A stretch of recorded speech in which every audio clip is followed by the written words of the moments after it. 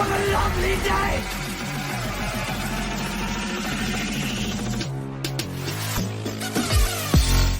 Welcome to Flat Earth Debate Uncut and After Show. I'm your host Nathan Oakley, and if you are new to this channel, or you've not done so already, then be sure to subscribe, hit the bell notification icon and join button if you'd like to become a Nathan Oakley 1980 channel member and keep up to date with the Flat Earth debate. If you'd like to support the channel, there is a super chat that runs alongside each of these shows while they premiere, and there's also a PayPal, Patreon and crypto link in the info box below the video.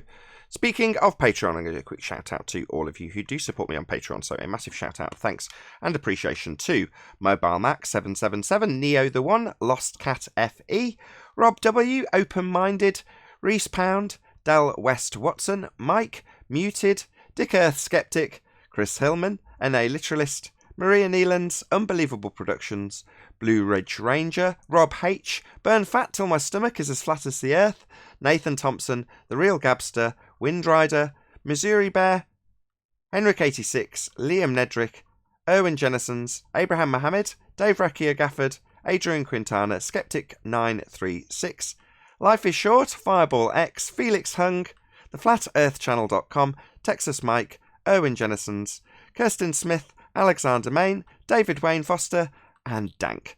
So another massive thank you to all of you for supporting me on Patreon. Now we're joined by at least a couple of people in Discord, so I'll raise the mic on them while I set up for today's live show.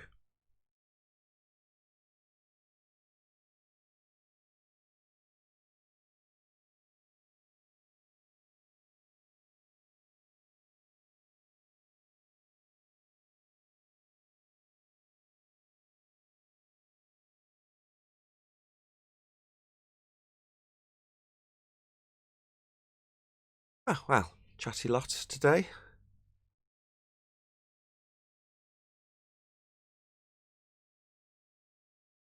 I'm saying the past few shows have been excellent. Oh, okay. Cool. Yeah, I'm glad the content's been of a high quality because I've intentionally wanted to up the output of the show, put more shows out. Which I have, and 19k subscribers yesterday. And I told someone in the chat as I was reaching that figure, although it sort of hovers up and down around that sort of number when you get there because people like to unsubscribe when you hit a decent number. But nevertheless, I was like, whoever actually hits 19k when I'm watching, I'll call, the 19,000th subscriber, even if it might go down a little bit, then go back up again. It doesn't matter. Whoever is on yesterday's stream that I put out quite late, I'll say you're it. You're the 19,000. So Pental Liquor, I think is how you say his name. Pentalica. And when it was at 18,999, he was the one that actually subbed. He was like, I'm not subbed, I'll sub now. And I was like, oh, okay, it's just ticked over. And then I was like, as I was telling him in the chat, I was like, you're the 19th subscriber. I checked again, it's like 18,997. So 3 people obviously in the chat had seen me telling him that. I was like, no, it doesn't matter. It's like, officially you're the first one to be the one that hit 19k, so therefore you get a shout out. There you go. Pental Liquor, I think that's how you say his name. He turned out to be a globe head and then spent the next hour talking about gas pressure without a container. A certain gas go down, go boom boom. An atmosphere. They just don't get it. We just go around in circles, and I'm like, yeah, and obviously as a new subscriber, I'm like, you didn't realise you were a zealot, did you? But now it's being demonstrated as we go round and round in circles. Hey, Tenth Man, excellent video you produced. Excellent video. Thank you. What's this? What have I missed? I pinned your comment, by the way. Just a great video. You couldn't have done a better job of summarising PhD Dr. Daniel Faulkner's position, and you did. You were very courteous, very matter of fact, very detailed. Excellent. Just hats off. Thank you. I had fun doing it. I saw that bird flying, and I remembered that statement of his, and I'm saying, I got an idea. Then the rest, as you saw it. Right. Can you fill me in? You can watch it if you want to play it. Yeah. Oh, you made a video. Well, if you give us a brief introduction, I'll go and dig it out and I'll actually play it. Yeah, so I was on property, Neil, and I was enjoying the day. It was nice weather, and I saw this huge wingspan from a bird. I think it was a vulture of some kind, and but just a huge wingspan.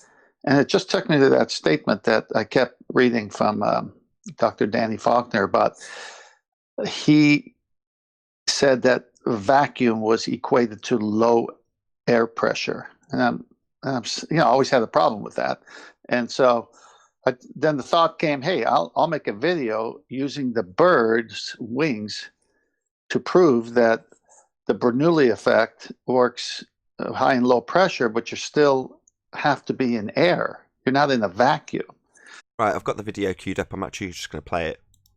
What is a vacuum? Let's find out once and for all. Webster's, emptiness of space. A space absolutely devoid of matter.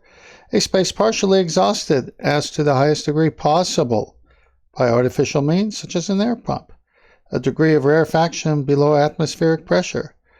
A state or condition resembling a vacuum. Void. Void of what? Space entirely devoid of matter. An enclosed space from which matter, especially air, there we go, air, has been partially removed so that the matter or gas remaining in the space exerts less pressure than the atmosphere, air, opposed to plenum. Now, what in the world is plenum? Plenum, let's see, first time I've seen this word. Well, it says a space or all space, every part of which is full of matter, an air-filled space in a structure. All right, what else? As we look at this definition, a space usually above a ceiling or below a floor that can serve as a receiving chamber for air, okay, so still not a vacuum, but air, that has been heated or cooled to be distributed to inhabited areas. Almost like a ducting system, right? The whole of space regarded as being filled with matter, opposed to a vacuum. Well, it's not a vacuum, that's for sure. But according to Dr. Daniel Faulkner, the sky vacuum expert, he says pick any two spots in the air with one directly above the other, and you will have an example of a vacuum. Lower pressure coexisting with higher pressure with no barrier between or a container holding one back from the other. Now just remember this, because we'll be visiting this quite often. Vacuum, low pressure, and container. What about outer space? What is outer space? We've seen enough movies, haven't we? Well, according to Collins' dictionary, it's the area outside the Earth's atmosphere where the other planets and stars are situated, right? This is what they keep telling us. So no air in space, basically. This is where the vacuum's supposed to be. And the next one is going to come from Webster's, and it's going to say pretty much the same thing. Outer space. This is why they have astronaut suits and so forth, right? Space immediately outside the Earth's atmosphere. Okay, interplanetary or interstellar space. This is what it looks like. The Earth, the atmosphere, and the vacuum of space with no barrier. Well, where's the pressure coming from? Where'd you get the gas pressure in the first place, right? I mean, that's our question. Well, when you look at atmospheric pressure at sea level, it's 14.7 psi, 760 torr. And as you go up high, you could see that outer space is 10 to the minus 17 torr. Now, how in the world can you have gas pressure on Earth and outer space without any kind of barrier in between? We're going to visit that in a minute here. So you know this one, gas pressure next to a vacuum. Is it even possible? Well, here you got gas particles, and here you got outer space, a vacuum, 10 to the minus 17 torr, and somehow we have pressure of gas, but it's not hitting anything, which kind of doesn't make sense. So here we go, NOAA, air pressure. Let's find out how it works. The atoms and molecules that make up the various layers in the atmosphere are constantly moving in random directions. Remember that despite their tiny size, when they strike a surface, they exert a force on that surface in what we observe as pressure. They're hitting something. Each molecule is too small to feel and only exerts a tiny bit of force. However, when we sum the total forces from a large number of molecules that strike the surface each moment, then the total observed pressure can be considerable. Air pressure can be increased or decreased one of two ways. First, simply adding molecules to any particular container, there we go, will increase the pressure. A large number of molecules in any particular container, again, will increase the number of collisions with the, here we go, container's boundary, which is observed as an increase in pressure. So you need a container according to NOAA. A good example of this is adding or subtracting air in an automobile tire. By adding air, the number of molecules increase as well as the total number of the collisions with the tires in their boundary, a container, I might say. The increased number of collisions forces the tire's pressure to increase and expand in size. The second way of increasing or decreasing is by addition or subtraction of heat. Adding heat to any particular container, here we go, container again, can transfer energy to air molecules. The molecules therefore move with increased velocity, striking, how redundant, the container's boundary with greater force, and it's observed as an increase in pressure. Since molecules move in all directions, remember that? Molecules move in all directions. They can exert air pressure in all directions, folks. Whew. Okay, change in volume, change in temperature, add or remove gas molecules. This is what makes up gas pressure. So you can have a big tire, that's the change of volume, change the temperature, add more air. There it is, the three parts to gas pressure. But Danny Faulkner says pick any two spots in the air with one directly above the other, and you will have an example of a vacuum. Now notice what he says, two spots in the air. If I pick two spots in the air, don't I still have air? But he says there's a vacuum there. And he calls the lower pressure a vacuum, coexisting with a higher pressure, with no barrier between or a container holding one back from the other. So far in our definitions, have we read that at all? I don't think so. Let's look at an airplane, how it works. You got high pressure underneath the wing, low pressure above the wing, and this is how you get lift. But notice, it's still in air. You still need gas pressure to fly an airplane. There's no way this is going to happen in outer space in a vacuum. What is the high and low pressure areas of an airplane wing? The wing of a plane typically has a curved top and a flat bottom. The airstream hitting the wing goes straight under the flat part, but has to also go up above the high part. Then it meets again at the rear of the wing. Notice that it meets again at the rear of the wing. According to Faulkner, it's a vacuum that meets back there somehow. Nonsense. The curved upper area causes low pressure by forcing air molecules to go faster across the top to reach the rear at the same time. A faster air velocity generally creates less downward pressure. The higher pressure, are you reading this, folks? There's no talk of vacuum here, just a differential because of the wing, which is the barrier that causes it. You can see it, it's the Bernoulli effect, is seen in this diagram here. It's a pressure differential that causes the plane to have lift, not a vacuum.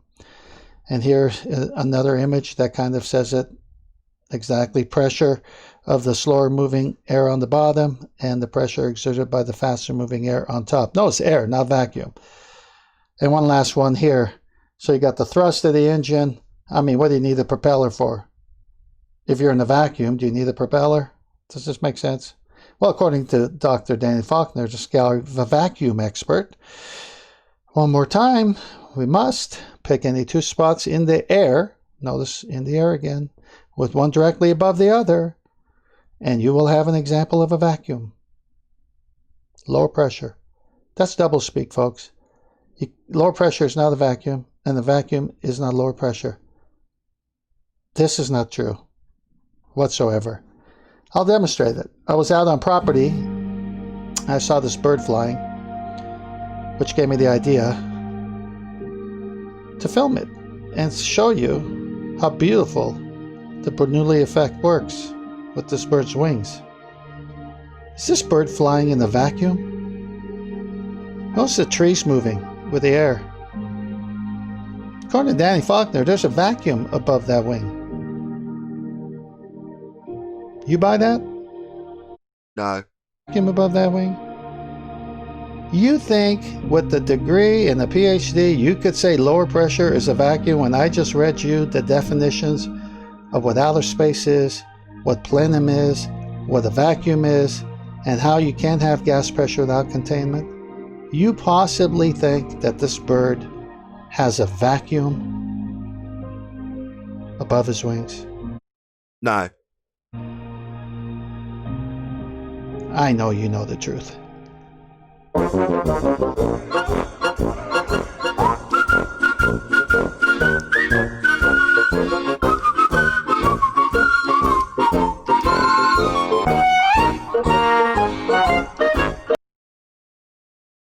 Excellent stuff. Hey guys, Hello. awesome video, thanks. Thank you, Pastor. Exceptionally Nathan, good. I wish I had your dubbing in on the original. I No. especially like the last slide with the guy vacuuming on the other side of the gas pressure. That's ace. My wife busted up when she saw that one. I loved it. As soon as I saw it, I was like, oh, that's brilliant. And then it ended. I was like, oh, even a great slide to end on, just great all around. Really, really, really good presentation, 10th man.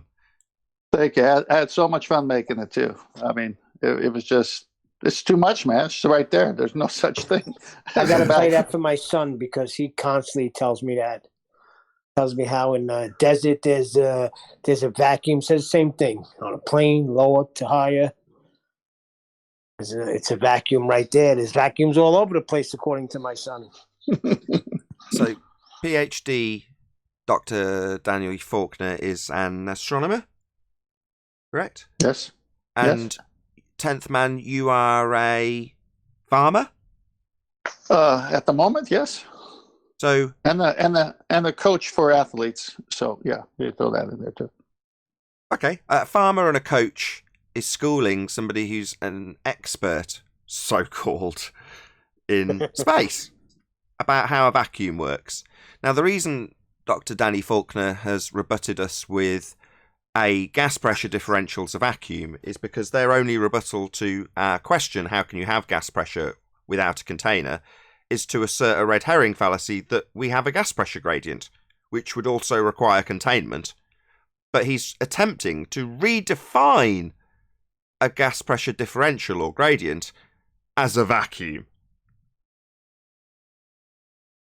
That's correct. Mm-hmm. And equated to outer space, which is fake and doesn't exist. Well, as I said, But it's funny how Excellent when video. some people get hit with that, like QE, and even myself, when that reality hit me, it was like, oh shoot, that's right. And then some people, they just go to fight against it. Well, words have meaning. It's taxonomy. And if you don't know the meaning of the word within the sentence you're using, syllogism or whatever you want to call it, it can mean a lot of things. Like we've said before, a ball can mean a round thing you kick, or egg-shaped American football, or a dance. We're going to the ball. So the context, the word, all those things are important to get the exact definition within the parameters you're talking. So that's why I went to all those citations from the dictionary and then pulled up his quote. And his quote is that a vacuum, which is clearly defined, he puts it in our atmo. He says our atmo has the vacuum. It's so contradictory, it doesn't even make any sense. yeah, that guy I gave a shout out to tried to attempt the same thing, which is to say, well, the vacuum's not really a vacuum, it's just a very, very, very low pressure. Like, okay, so the gas we're breathing is pressing on that lower pressure, given that high pressure wants to go to low pressure naturally. And if the sky was a vacuum, that would be an area for the gas to expand into. But redefining it as a lower pressure, so how far does this lower pressure go?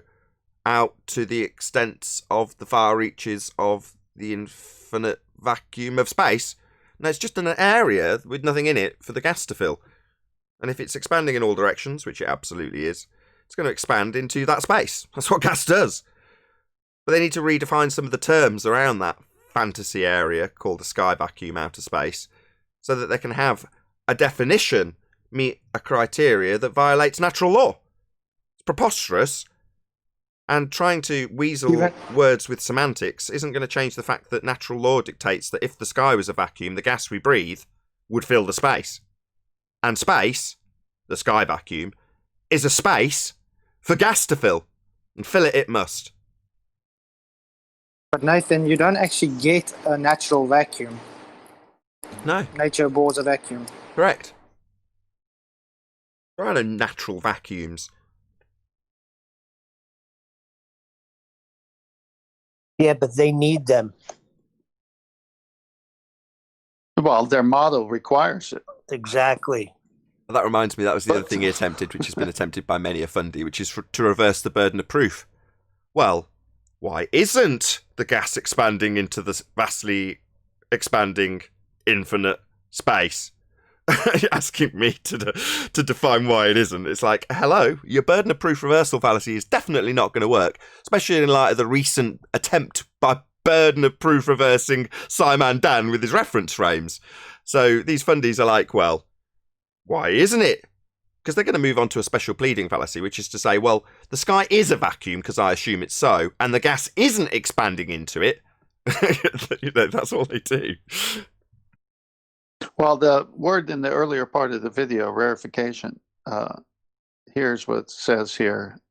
Reduction in the density of something, especially air or gas. Just because you have a reduction of air pressure, you have to go back to the initial thing. How did you get air pressure in the first place? If the NOAA, NOAA, says it's molecules hitting the walls of a container, then we're contained. That's the only way you're going to get air pressure. Everyone knows this, especially if you live in property, you got to fill up propane tanks. So the whole point is, why do we have lower pressure? Well, it explained it. It tells you all the things, the size of the volume, the temperature it talked about. So what was it? Zachary Zabalas, when he did the thing, he showed a gradient. You want to talk about that, Nathan? Well, he heated one In end a of a container? bottle, cooled the other, and showed a differential in pressure. Fairly straightforward stuff. Yeah. So in a PV container. NRT. PV equals The nRT. only equation. Yeah, the only equations actually debunk themselves. Yeah, it's got a V. What's the V stand for, Flatzoid? Volume. What is a volume? And would the sky vacuum, if space was real, which it isn't, be a volume for the gas to fill? Well, if it's available, it would have no volume in it. It will need something to fill that volume, aka container.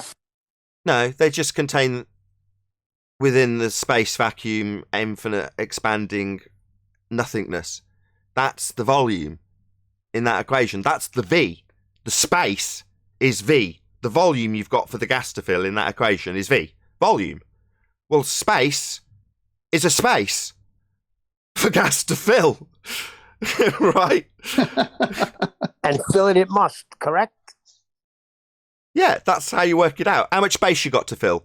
Well, the sky vacuum in their mind isn't a space for the gas to fill. It doesn't want to fill it. It's like, yeah, it's part of the equation. That's what you'd look at, how much space it's got to fill. And space, outer space, the sky vacuum, is a space for the gas to fill. Well, that's where you get the rebellious gas particles.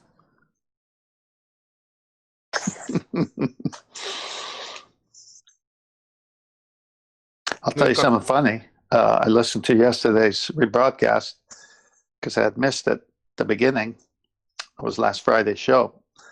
And I caught you guys, all three of you, Flatzoid, Neil, and Nathan, saying, "Where's 10th Man?" I'm just going to get a coffee. I'll be back in a minute. Yeah, go ahead. That's funny as heck, man. So, oh man, he's probably Yeah, that's why when you came on, I said, "There goes my hypothesis." It was so funny. I Was thought, scientific? well, no, I felt, yeah, I felt like I was in my own eulogy. I mean, the way you guys were talking about me. I mean, if you go back and listen to that, especially Neil, you with all that passion said, "I remember the first time he came on."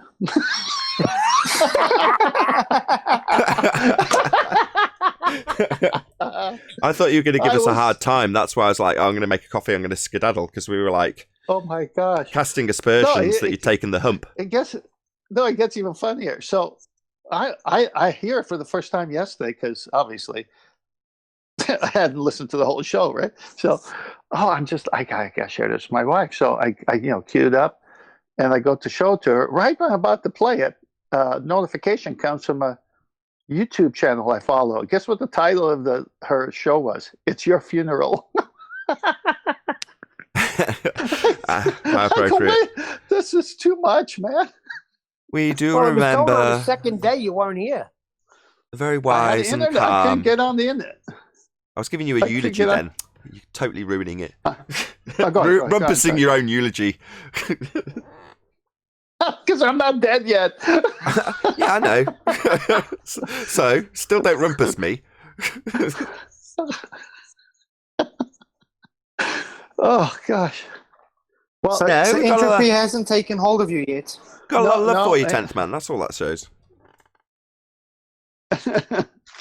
no, vapors against entropy. We're still battling it out, so I'm still here.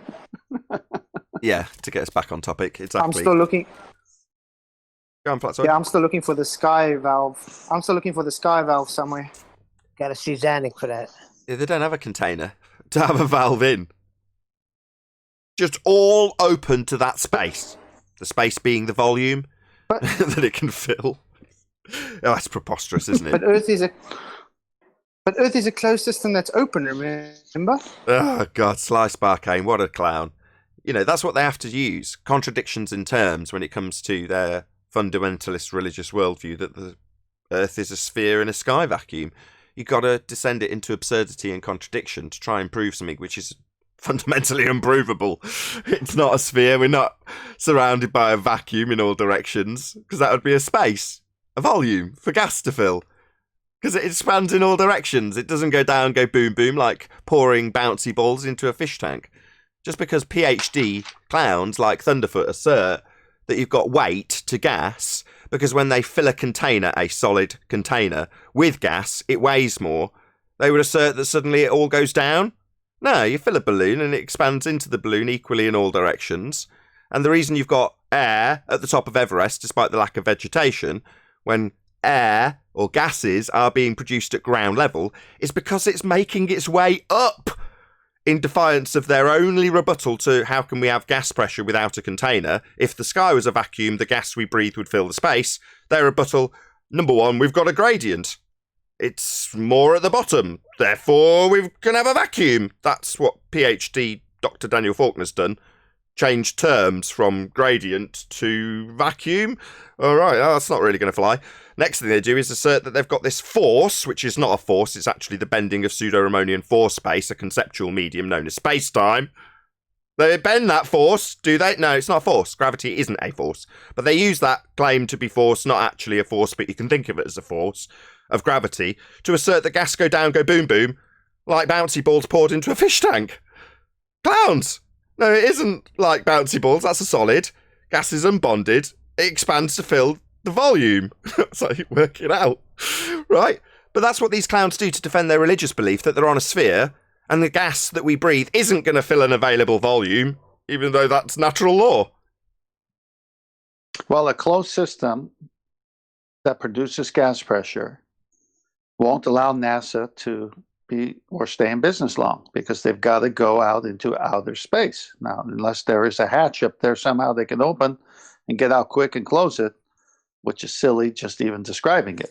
So sky has to be a vacuum in their model of the universe and Earth and how they coexist. And yet, it violates natural law. Sky hatch. Yeah, bottom line, space is fake. And, furthermore, most devastating bit of this, every claim ever made in that fake place called space, a space for gas to fill, and it would fill it if it was real, therefore it's fake, all claims made from that place are automatically fake. So any pictures from space, fake. They're claimed to have come from a fake place, outer space, the sky vacuum, in violation of natural law, then they're automatically fake. So forget about arguing about whether or not stuff would work in this fake place. It's meaningless. All claims from that region are automatically debunked. You can't have gas pressure without a container. Therefore, a journey to a claimed rock, light in the sky called the moon, took place through a sky vacuum. Automatically debunked. No need to argue about the clearly fake school project that is the lander, when you can just point out that the journey they're claiming to have taken took place through in Narnia, outer space, so you claim they travelled through a sky vacuum. How is it possible that this craft was able to go from gas pressure to vacuum, but yet the gas we've got and we're breathing expands in all directions and isn't going into the vacuum? It's just debunking its own nonsense without you even having to attempt to debunk the clearly fake footage and stop motion animation. You don't even need to go there. It's all claimed to take place in a fake region. Outer space is fake. But what about the fuel, Nathan? Neil deGrasse Tyson said he calculated the fuel. That's fascinating. Other than the fuel was being burned in a place that doesn't exist. A fake region they claim is a vacuum. And if it was real and capable of having journeys through it, then the gas we breathe would fill that availability of volume, that space. Because space is a space for gas to fill. I remember Werner von Braun in a video talking about the amount of fuel necessary to go there, and it was a much larger calculation than Neil deGrasse Tyson's calculation, and both of them are not even telling the truth. What's the whole point is they're going to argue with each other about how much fuel to go. The size of the rocket was supposed to be like twice the size of the Empire State Building or something. Yeah. Vernon von Braun said you'd need so much fuel to go there and back. And the next thing you know, Neil deGrasse on the Joe Rogan show or whatever, I think you're referencing, well, we went to the moon. I could prove it. See the fuel tanks? Look how big they are. When I first heard that, I just started laughing. I was like, well, there it is. There's the proof. Yeah. See the fuel tanks? That means we went there. Yeah, of course we've got unicorns. See that trough? See how much straw there is in that trough? But I'll show you the bill of sale for the fuel. Sorry, can you not see the straw? That's a lot of straw. So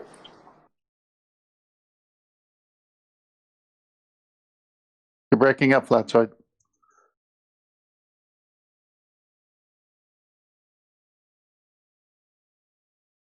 Flatsoid, we can't hear you.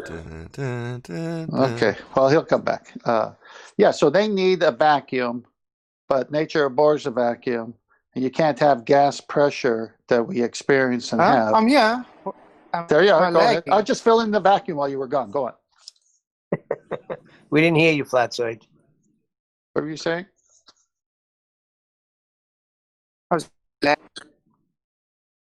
I pause and you still break up. I want some more Flatsoid.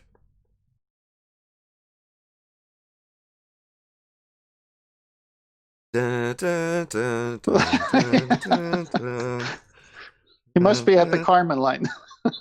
Yeah, he's chilling with Yeah, the but rebellious gas particles at the Carmen line. You got to admit they did a freaking fantastic job with this heliocentric model, because most of the world believes that's what we're on and that's where we live, and that's just it.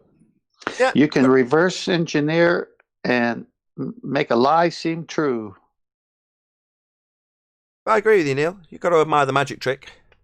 You know, the fact that we know how the rabbit comes out of the hat now doesn't mean that it's not a good trick.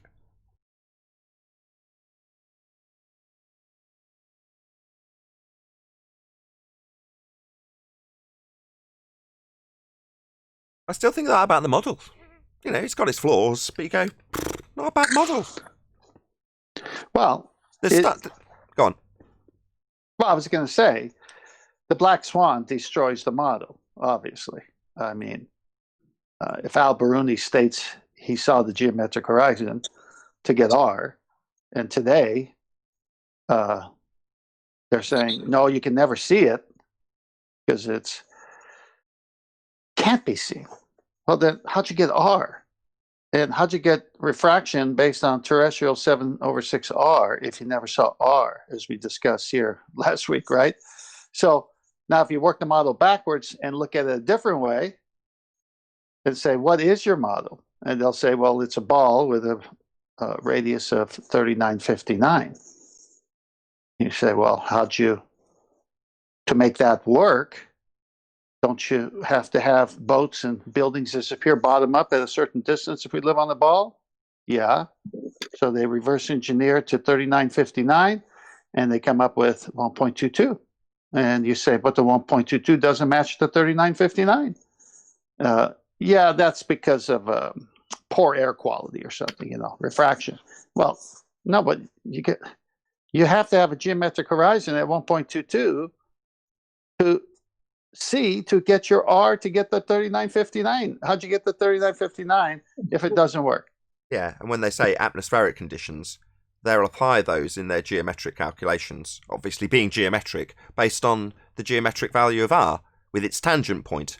Now that tangent point would be the point on this picture in the audience view with the boat. Where the boat is would be the tangent point for the man looking at it. Well, that tangent point is a straight line to that curve that they need to acquire to derive R to give them 7/6R. So when they say, oh, well, it's the air conditions in the day, well, if it's the air conditions on the day, then you need to apply R to your equivocation with terrestrial conditions, and you call that terrestrial refraction, actually a geometric value, 7/6R. So if you're using 7/6 of the radius, you're going to need to derive the radius, and you do that with a tangent point. And if you're saying, well, I'm going to move where the horizon is with refraction, atmospheric conditions, but what they're actually doing is moving it with an R value that they're destroying in the process, then they leave the model with a paradox. You can't use R to move the horizon with R if you can't measure R. So the model's dead.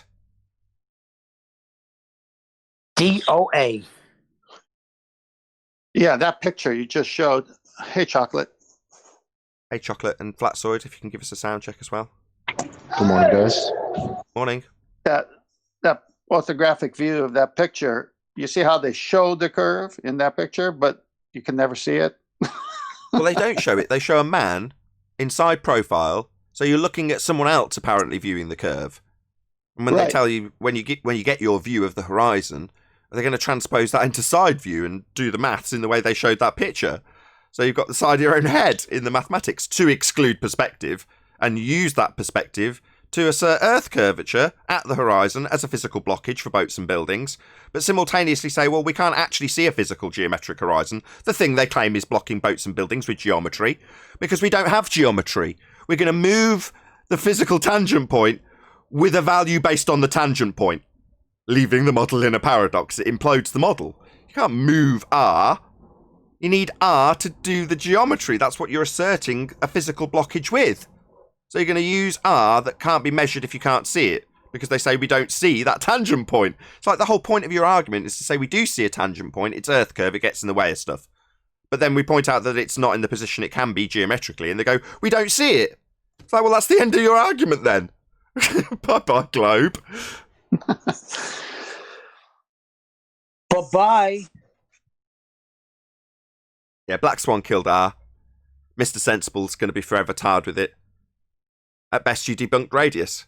Well, thank you very much indeed, Mr. Sensible. You'll be tarred with that brush like formerly on this pre-show, right? Thunderfoot Clown. Gas go down, go boom, boom, like bouncy balls poured into a fish tank. No. Gas expands in all directions to fill the availability of volume it has. That's why you got a V. Volume. And if space was a space, for it to fill, it would fill it. That's what gas does. It's expanding in all directions. So without the container, there can be no pressure. And these fundies come along and show us a container, pour bouncy balls of solid into it and say, that's how gas behaves. It goes down. No, it doesn't. You ever see a balloon with a deflated bit at the top because it's gone down in one area of the balloon only? No, of course not. Gas wants to expand in all directions. Now, the fact that it's all being pumped out at ground level and gets less as you go higher, they seem to assert that that means that it's suddenly falling down when it's produced on the ground and has made its way up to be there in the first place.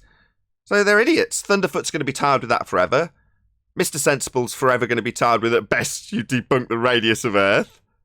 And Simon Dan will be forever tarred with, "You and your reference frames have been ruined."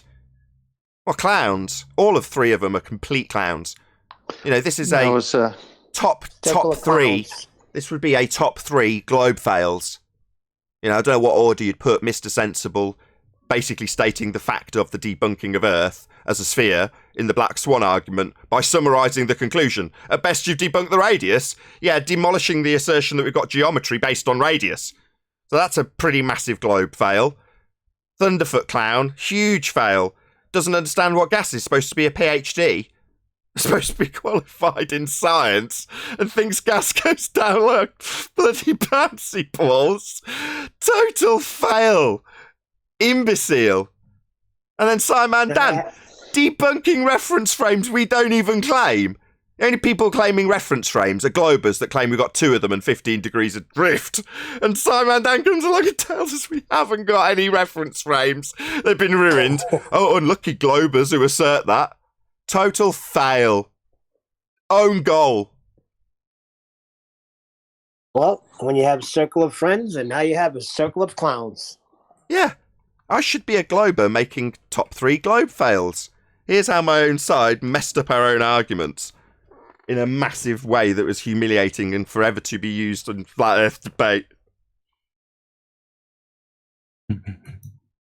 Give them enough rope, they'll hang themselves every time.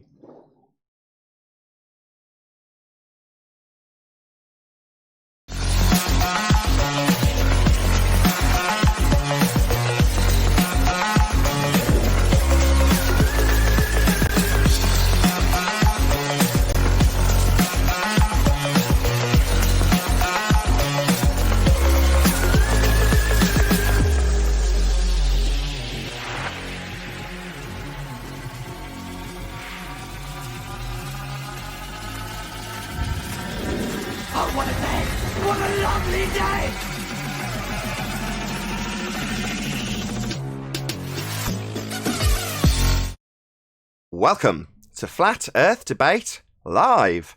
I'm your host, Nathan Oakley, and if you are new to this channel, or you've not done so already, then be sure to subscribe, hit the bell notification icon, and join button if you'd like to become a Nathan Oakley 1980 channel member and keep up to date with the Flat Earth Debate. If you would like to support this channel, there is a super chat that runs alongside each of these shows while they are live. There's also a PayPal, Patreon, and crypto link in the info box below the video. Most importantly, if you'd like to join the discussion, simply mute the page you are currently watching, then click the link in the info box below this video to join the panel and express your views on the nature of Earth. If you do join, please don't swear. If you do, you'll be ejected, and if you are, please don't try to rejoin the stream using sock accounts. You'll be warmly welcome back on the next stream. Please also share the show on social media. Sharing the show obviously increases the live audience, but this in turn increases the chances of a more diverse panel, so please share the show on Facebook and Twitter. And one last time, if you're new to the channel or you've not done so already, then be sure to subscribe, hit the bell notification icon and join button if you'd like to become a Nathan Oakley 1980 channel member and keep up to date with the Flat Earth Debate. Now we are joined by 10th Man, Arwin, Flatsoid, Chocolate Sayin, Neil, and a whole bunch of people in Discord. So welcome, one and all. hey, hey. Hey, hello. Wow, that's about as Good enthusiastic morning. as it's ever been ever. That shout out to Alexander for hitting the super chat. Much love to you, my friend. Thank you for the thumbs up. Hi. Hello! I knew there'd be one more. Any evidence of a physical geometric sphere edge, a horizon formerly known as Earth curve? Yeah, that silence. That's a tumbleweed moment. Nothing. Only It's in the a marble. deafening silence. Don't they have a dip angle? Can I ask What? I something? don't know. I don't know the angle of their dip. A dip angle would assume that you've got a physical geometric sphere edge to have a dip angle too. So assuming you've got a zenith pointing towards the centre of a presupposed spherical Earth, assuming 90 degrees is a horizon that's imaginary, and then the dip angle to the physical geometric sphere edge you're going to apply that dip angle to would be the assumption that the horizon is a physical edge. So these fundies on the globe side have an edge that they think boats go over. course, that's been debunked by the Black Swan. I was thinking of Does- a different type of dip angle. A different dip angle, one not to a physical geometric sphere edge horizon, formerly known as Earth curve. As Euclidean Never geometry. mind. Say again, Ryan? I said never mind. It was just a Don't joke. worry about it. Let's brush over that physical edge that their boat's going over. Quick, sharp, pronto. Yeah. At best, you would have debunked the radius of the Earth, and the radius gives you that tangent point that they assert blocks boats and buildings, and boats are supposed to go over. Thanks, Mr. Sensible. Yeah, that's kind of the conclusion to the Black Swan argument. At best, you've debunked the radius. That was kind of the point of the Black Swan modus tollens argument. But you will be forever attributed to the conclusion to that argument we make that debunks your geometry and the radius it is based on. At best, you would have debunked the radius, the very thing our entire argument's based on. Can you have a Does sphere horizon- without a radius? Can you have a sphere without a radius? No. Does horizontal bend? Horizontal. So just ask me if it's the antithesis of what you've got as a precursor to your question. Can perpendicular always bend? Or is perpendicular always 90? You know what? I've had a very long night, so talking in riddles to me during housekeeping is it's not going to work. Okay, perpendicular is always 90 to the plumb. In reality, they have to assert that that plumb has a new zenith. Thank you for summarising it. I much prefer when you give the nonsense double-speak assertion as a question and then summarise the reason why you're asking. Excellent work. I don't have to do anything. Any evidence of axial rotation of the Earth-based variety, bearing in mind Earth-based variety axial rotation is claimed to be proven with 2 reference frames and Coriolis deviation as Earth spins underneath for you to observe not actual drift as you turn underneath stuff. Any evidence that proves axial rotation?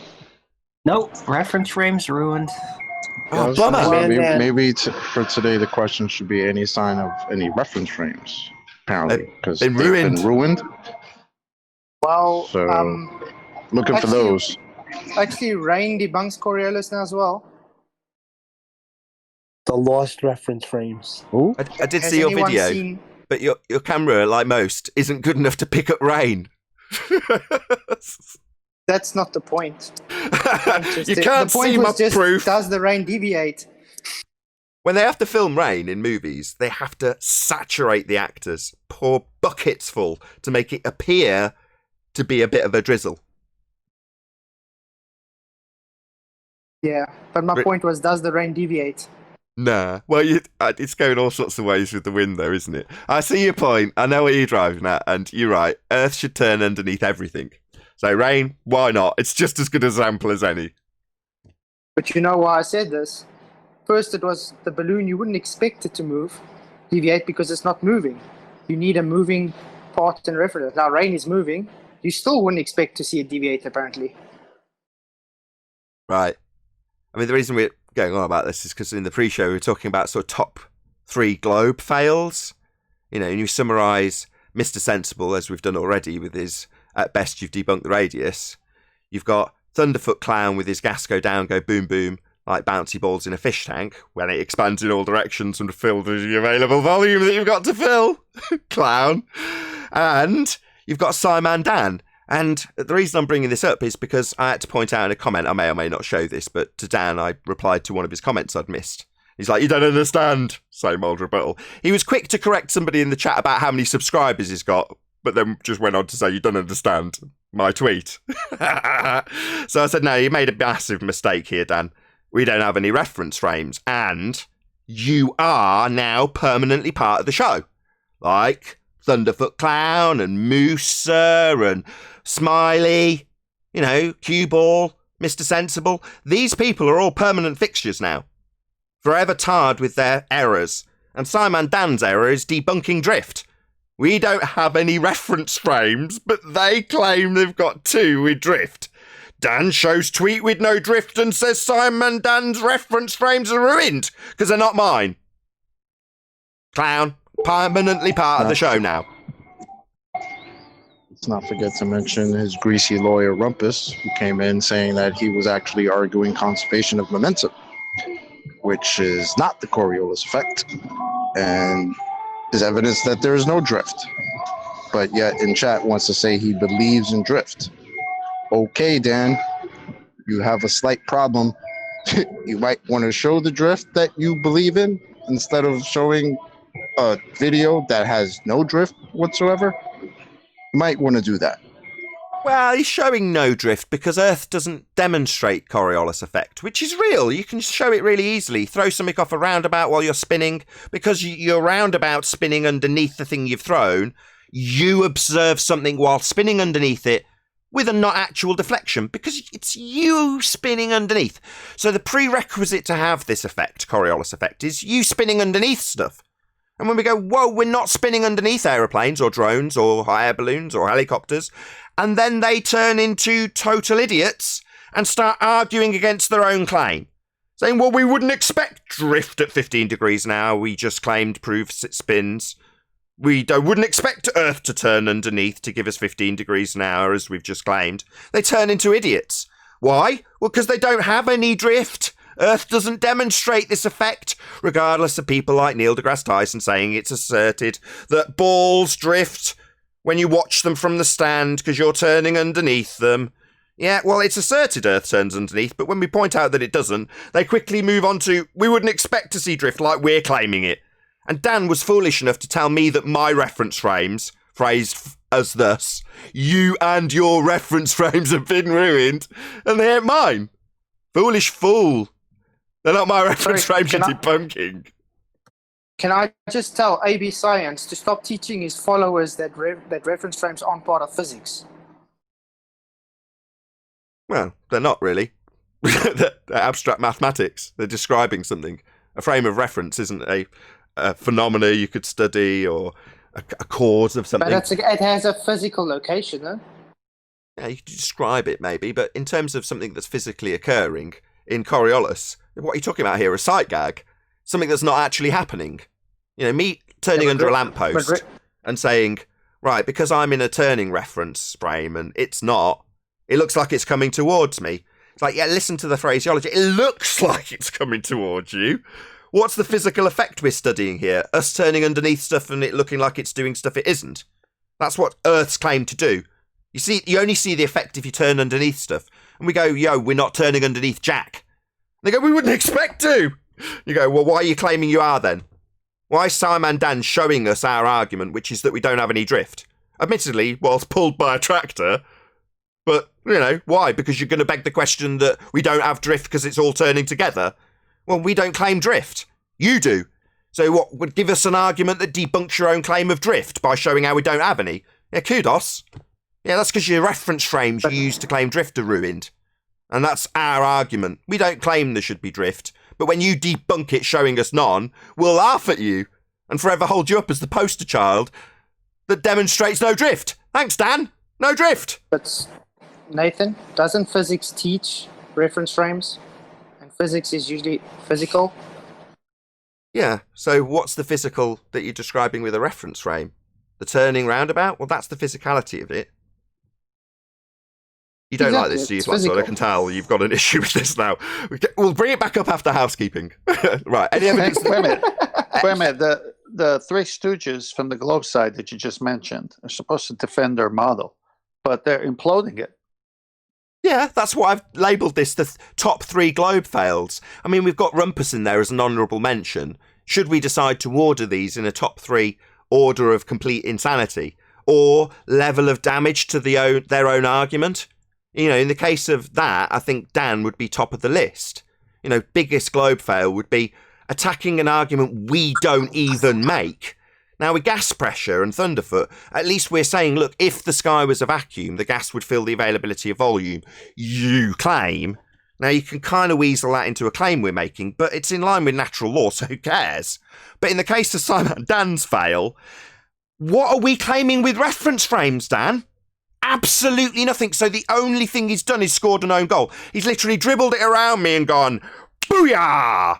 There's your reference frames ruined. And I'm standing there going, that's your goal. I don't have any reference frames. What, ruined? So when they say 15 degrees an hour drift, that's ruined, is it? Own goal, you clown. So that would be at number 1, which would presumably put Mr. Smiley cue ball at number 3, right? At best, you've debunked the radius. It doesn't need his accreditation. He's a nobody pretty much anyway. But it's some face to put to that argument. The argument itself is devastating with the Black Swan, right? It stands alone. You don't need it to be part of a globe fail. Not that the other two you do either. You know, gas pressure without a container. We're backed by natural law. Sorry, Thunderfoot. Total fail. Yeah, but it's nice to put a face to these remarks. Exactly. It's just a bit of fun, right? Fails on their side that devastated their own side's argument. And here's 3 examples of it. We make an argument that disproves radius, and Mr. Sensible sums it up for us. At best, you've debunked the radius. Yeah, thanks, man. It's nice that your side gave us the conclusion that we already knew. But verbalising it's epic. Thank you so much. What's that? Gas go down, go boom boom like bouncy balls in a fish tank? What an epic fail. A PhD that doesn't know how gas behaves. What a clown. Yeah, that's never going away. It's part of the show now, right? Gas go down, go boom boom. It's like saying you can think of it as a force from Musa. You know, maybe that'll get an honourable mention because it's not a top 3 globe destroyer. So when you're talking about top 3 globe destroyers, their own arguments from their side are going to be the top 3 fails. But Musa, it's just, it's gravity, who cares? But by the same token, it's still an important argument that we often have in gas pressure without a container when they say gas go down, go boom boom. Like bouncy balls, because of gravity, single downward vector. Ignoring the fact that gas doesn't behave that way and expands in all directions, making Thunderfoot a clown. You know, but these sorts of fails are good to laugh at and, as you say, put a face to the clownery. Thanks, guys. Thanks, Dan. Thanks, Thunderfoot. Well, don't forget, Mr. Sensible, while talking about you don't get edges on a globe, points 2 times on an edge on a ball. Yes, he does, yeah. I like that too. Back when they were denying the edge when the Black Swan first came out, they're like, I don't have an edge. I'm like, here's your edge. I went on camera holding a ball. I'm like, that's what you say boats go over. Yeah? The bit that you measure as the physical obstruct, that's your edge. Right? You clowns. But they deny it when you point out they ain't got one. They want to tar us with boats go over the edge of a flat pancake, flying up through a vacuum, because that's what Flat Earth Society say flat earthers believe in. We don't. Models are pseudoscience. But the globe model has got exactly that asserted to normies. Hey, normie. Did you realise that your horizon is claimed to be a physical edge that boats go over while you fly through a sky vacuum? Isn't that absurd? Especially when we point out that it doesn't have any physicality, it moves with the weather, and even if you try and assert it down with geometry, you rebut us by telling us that you haven't got it. We do not see the geometric horizon, says AB Science, who's basically a mathematician masquerading as a scientist. But yeah, these are all fails, all honourable mentions. Top 3 will always be Mr. Sensible, Thunderfoot Clown, and Simon Dan. Thanks, Dan. No drift. The distance to the sun. Moving on. Oh, don't forget conspiracy cats. You can't have gas pressure without a container. Ah, he's way down. Yeah, it's a quotable quote, but in terms of a demonstration that annihilates the assertion, because he's actually saying, I reify gravity into a single vector for gas. Here's my demo! Yeah, you can quote conspiracy cats. He's got a couple, right? Without the balloon, there is no pressure, or without the container, there can be no pressure. Both conspiracy cats. Great quotes. Much better for chat. You know, comments and the chat feeds. Here, just go down. You can hear how much I find that amusing on a live show. Right. I get it. It's more hilarious, this one. Yeah, that face, Thunderfoot Clown, in his little clown outfit, juggling bouncy balls and saying they go down, go boom, boom, like gas that expands in all directions. Oh, it doesn't, does it? You clown. That's never going to get old. You know, you and your reference frames have been ruined. I can put quotes around it and attribute to Simon Dan, devastating because we don't have them. Or I can just repeat it. Take ownership of Dan's statement of fact. Say it without quote marks. With real disdain. Hey, globe head clowns. You and your reference frames have been ruined. Thanks, Dan. No drift, right? Yeah, that's what we've been saying for ages. No drift, no 15 degrees an hour. Earth ain't turning underneath anything. That'll prove it to you. But he believes in the drift because he's a globe-believing clown. Like all the rest of these fails. Let's move on. Distance to the sun. Enough of the top 3 globe fails and honourable mentions. Nope, no distance to the sun. I can't see it right now. But yeah, just seeing it doesn't give it a specific distance. Just an apparent one. Any evidence of a self-perpetuating molten iron core at the centre of a presupposed spherical Earth? Oh dear. See question number 1. Oh, what did we cover that with? Oh, Black Swan. Oh, yeah. Let's see if I can think of a quote. At best, you've debunked the radius. Copy that. Well, But no R value. Radius, no sphere. How you doing? Well, that was my next question. Any evidence of the R value, Hey, the Earth radius? wasn't done yet. Oh, go on, Arwin. My bad. Molten iron core. I watched 2012 yesterday, and they had this. It was filled with geologists. I think that even like the president's emergency plane had like geologists and their graphs and prediction models on there. That really stood out to me. It's filled with geologists, and it's everything about this special thing happened where the radiation of the sun, a special radiation, is heating up the molten iron core like a microwave, causing it to expand. And yeah, you could call that movie The Molten Iron Core, the movie, really, when you think about it. So it's not proof, though, but they really put effort in there to make it as molten iron core-y as possible. As molten iron core-y? Yeah. Was Michelle Thaller's cousins in that movie? I don't know. So do we have any pictures of this molten iron core? Do we have anything? No. Nice story, though.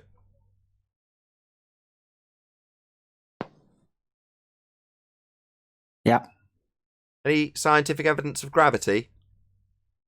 Roll on the Musa quotes. Nope. Reification Inertia. fallacy. Stand on a scale. Your weight proves there's gravity. No, it doesn't. It proves you can assume gravity. What about any single... Einsteinian gravity Go. Was that John? Go ahead. isn't Einsteinian gravity supposed to be inertia? Like, it's one of those confusing things that with Coriolis effect, they say it's a non-inertial reference frame, but with Einsteinian gravity, they say it's an inertial reference frame. It's a bit confusing. Not exactly. They're saying that an uneven distribution of mass, or the distribution of mass, would cause time and space to bend, and that bending is what they call gravity. Right, but they believe that the Earth is rising up at an inertial speed, and that's what causes radiated pressure or whatever. But still, that they need the Earth to be both inertial and non-inertial simultaneously in their proofs. Shocker. Surrounded by doublespeak. Yeah, I mean, they can describe it however they like, because we're only talking about Einsteinian mathematics, conceptual mediums being bent. Space-time, these are conceptual things. They're not real. So you can do whatever you like in pseudo-Riemannian four-space geometry, because it's not real. You can say black holes, bending space-time, you can gravitons, and make up anything you like. Just maths. Abstract. Rumpus says it's real. Yeah. Rumpus says the 4D world is real. Yeah, because we're dealing with fundamentalist religious zealots who have literally reified mathematics into existence. Well, they play a game with the fourth dimension and the third dimension, and what they do is they make curved straight and straight curved, and they jump back and forth, but they never tell you when they're doing it. So they don't have to have any consistency between their stories. Yeah, but when you say when they're doing it, forget when they're doing it. Where are they doing it? Well, they're doing it in a conceptual medium. So I just point out that, no, you're talking about concepts when you talk about bending space-time. You're not talking about physics. That's physical. And this isn't. It's maths. Pseudo. It's in the title of the geometry. I understand that, but what I'm saying is with like Zanuck, when he comes in and says the straightest structure on Earth has got points that deviate away from a plumb line, what they've actually done is calculated using Einsteinian mathematics, but it ends up being curved in reality. But they want to claim it's straight. Right. Bending geodesics in space-time. Right. Right. It's kind of silly. Very silly. Go on. So that object that Zanuck is referencing that has minute differences, is that equal 8 inches per mile square? He's talking about something different. He's talking about bending geodesics in space-time, pseudo-Riemannian for space geometry, as opposed to the physical sphere edge reified from mathematics of geometry, which is different. That's globe Earth maths versus Einsteinian. Go on, sorry, John. But if they were right, then the plumb line should equal up. If that is the straightest object, in the universe, the plumb line should line up. They shouldn't be out. It's an absurdity to say, look at this curved thing that's straight, but they do it. Right. Yeah, as I say, conceptual medium. I don't know what else to say, but I am going to read out a super chat from the Adam Meakin, who I have no idea what day is, but he says, be busy at work so I can just check a claim made by Simon Dan. Okay. Whose reference frames have been wrecked? I can answer that, Adam. Theirs. We don't have any reference frames to wreck. They assert 2 reference frames, Earth turning underneath, and that causes things to seem to drift. Because you're turning underneath them? Yeah? That would shorten flight times. Obviously, if you're travelling from Charlotte to North Carolina at that latitude, then you'd have an 1.5-hour flight rather than 4.5-hour flight if Earth was turning underneath for the guy on the ground to go, hey, we've got Coriolis. That plane looks like it's drifting. I mean, it's not. It's me turning underneath. That's what causes Coriolis. And they assert Earth's got it. But the flight times aren't shortened. Earth isn't turning underneath anything. And then we end up with Simon Dan saying, because we've pointed out that there isn't an Earth turning underneath stuff, he says, your reference frames are ruined. It's like, we were debunking your reference frames, Dan.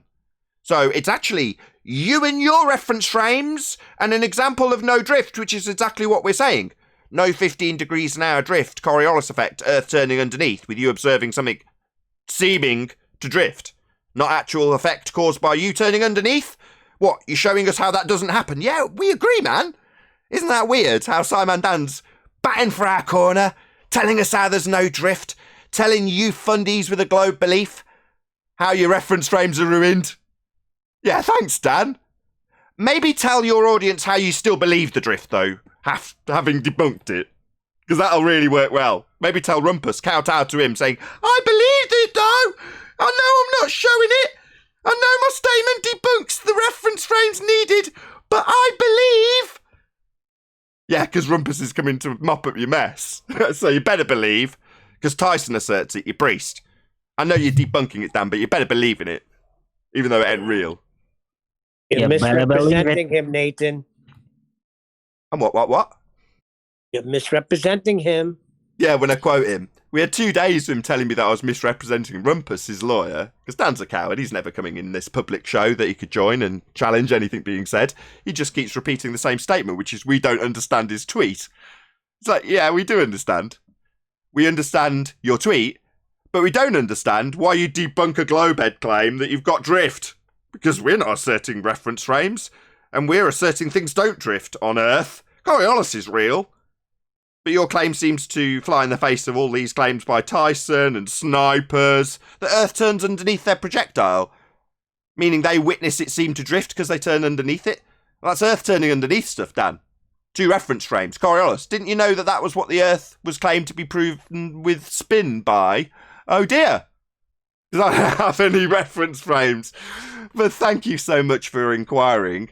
I laboured that point for a significant period of time, Adam. And thanks to Rumpus's input, Dan's now a permanent feature on the show. Every time we ever mention Earth-based Coriolis effect, drift at 15 degrees an hour, we'll quote Dan. Because globeheads, ding, ding, ding, you and your reference frames have been ruined. Shout out to Thomas Larson. who says, your reference frames are ruined, and has a rolling on the floor laughing face. Thanks for the super chat. I have a question for Simon then. Go ahead, How Darwin, does what's it your question? feel? How does it feel to believe in ruined reference frames? How does it feel? After debunking them. Yeah, it must feel kind of shitty to be in a chat. In the panel of the chat is talking about how you said that they ruined reference frames, and then you're in the chat saying, I believe in drift. That's pretty funny, Dan. It's like us debunking the Black Swan. What's a reference frame? Something used by globeheads to assert we have 15 degrees now drift as Earth turns underneath something in the inertial reference frame, not attached to the non-inertial spinning reference frame they claim Earth is. So to prove that it is, they say we've got this drift with two reference frames that we don't claim or need, but they do, and Dan's debunked them. Got a So message. he's just Go on. he just slapped himself in the face and thought it's funny. Yeah, how embarrassing. To be telling people that you don't have the reference frames they use to claim drift. What a fool. Anyway, I'm going to read out one of the messages that I missed from Dan that slipped me by. I just happened to stumble on it yesterday. If I can actually find the damn thing now in my iPad so I can read it in the tiny little text, but it's on screen. So Dan's response to some guy, I won't read out the comment he's actually responding to, but from what I glean, he made a mistake about Dan's subscriber count. Now, Dan was very keen to correct that error. So, Dan, lol. Let's just read that as it is. Laugh out loud. It's 3 years, not 5. 38, is it 385,000 plus, not 335,000 plus. And it's not my fault you guys don't understand the tweet. Crying, laughing face. So my response, yeah, we don't understand whose reference frames you have ruined! Exclamation mark. You have made a mistake, Dan. We don't have any reference frames to ruin, and I will never ever let you forget it. Like Musa and Thunderfoot, you are now a permanent feature on my show. You and your reference frames have been ruined, Dan. Good job, I'm not claiming drift at 15 degrees per hour and 2 reference frames, eh, clown? You will be forever known as the man who debunked Earth Turn, and I'll be rubbing it in your face indefinitely. Enjoy the aftertaste, Dan. I hear it can last a while. Hey Nathan, I got a question. Yeah, Wouldn't it, if he says that we just don't understand what he actually meant, wouldn't it be kind of interesting to like have him on and just give him 5 uninterrupted minutes to explain to us what exactly he meant with that? He won't come on. It's a public show. No, but if we promise Hello? that nobody interrupts him ever It's a public show. during that 5 minutes, He what can about join that? whenever he likes, right?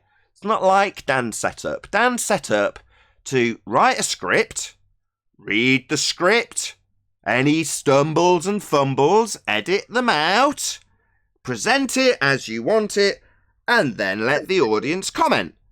Now, I'd call that an echo chamber. Now here, there's a public link, and anyone can come in and challenge me. What's that you say you want me to come to you? Well, I want a Lamborghini, but I run a YouTube channel with a public link, and you can join to challenge me, or you can send in some scumbag like Rumpus who'll tell me I'm misrepresenting your quote, only to later or 2 days later tell me he doesn't know what I'm talking about when I very specifically, verbatim, quote that quote. Yeah, because of course he doesn't know what it means, because it's devastating when we don't have reference frames to be ruined and Dan's claiming they're ruined, you needing them to prove drift that he's not showing in his tweet. So it's all a bit of a disaster for Dan. And as I say, he's forever going to be known as the man who debunked Earth turning underneath to cause drift. There you go. There's Dan's tweet. No drift. Reference frames ruined. And we make that argument. Same as Dan. No drift. Earth hasn't got planes in the air with Earth turning underneath them. So you can observe this Coriolis claim you say we have, because we are claimed to turn underneath stuff not attached. As soon as we point that you don't have that, you debunk your own claim and tell us how we don't have drift. Yeah, that's our point. No drift. No 15 degrees now. Earth isn't turning underneath. Nathan! Go You're on, so on go. a roll, it's hard to get. I am on a roll. Go.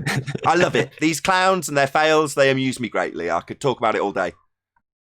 I notice when they say they don't understand.